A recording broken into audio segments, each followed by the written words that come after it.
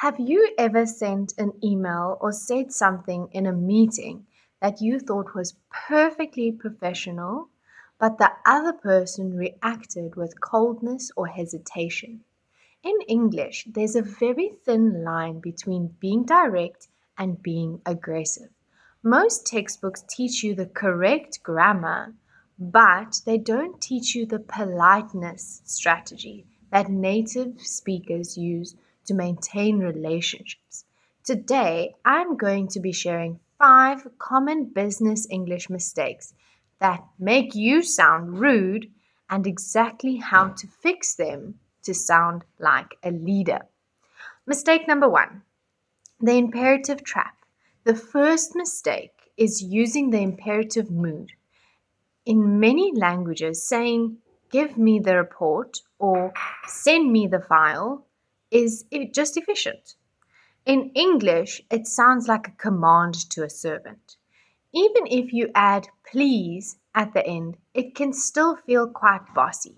Instead of a command, use a model request.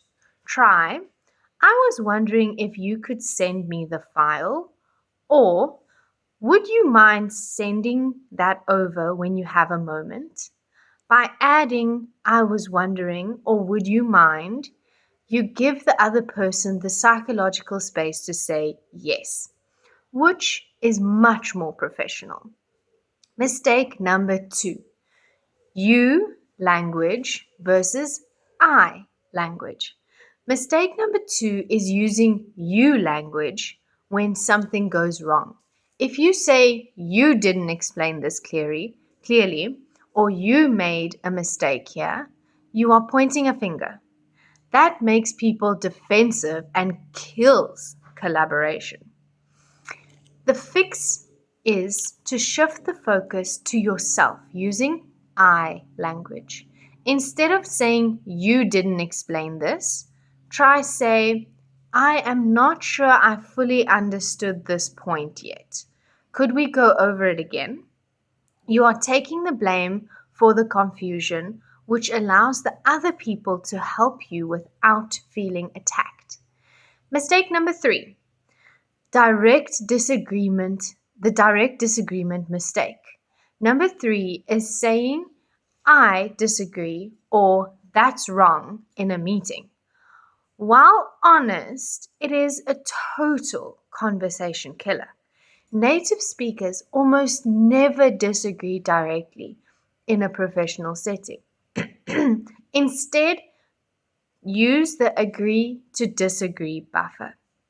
Start by acknowledging their perspective. Try, I see where you are coming from. However, I am concerned about the budget. Or, that is an interesting point. My only concern is how it might affect our timeline.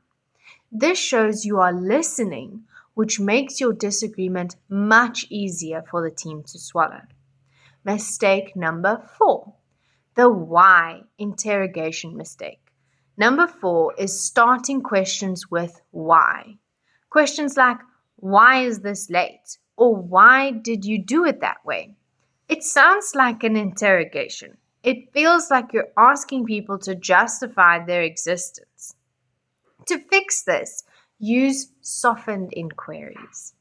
Instead of why, use what or how.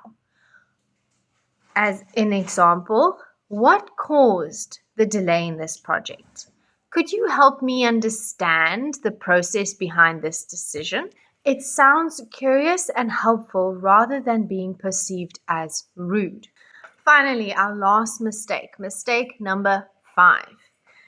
Short email syndrome. In many cultures, being exact and to the point is respectful. But in English speaking, in the business culture, an email that is too short can seem angry or annoyed. Always add a social buffer. Start with a brief, I hope you are having a good week, or thank you for your help on this, and ending it with looking forward to hearing from you, instead of just thanks. It adds a warm layer that builds a long-term trust relationship. Business English isn't just about vocabulary, it is about diplomacy. But making these small shifts, you will find that people are more willing to help you and your professional relationships will thrive. If you found these tips useful, make sure to hit the like button and subscribe. And for more deep dives into native English secrets, take your skills to the next level and stop sounding like a textbook.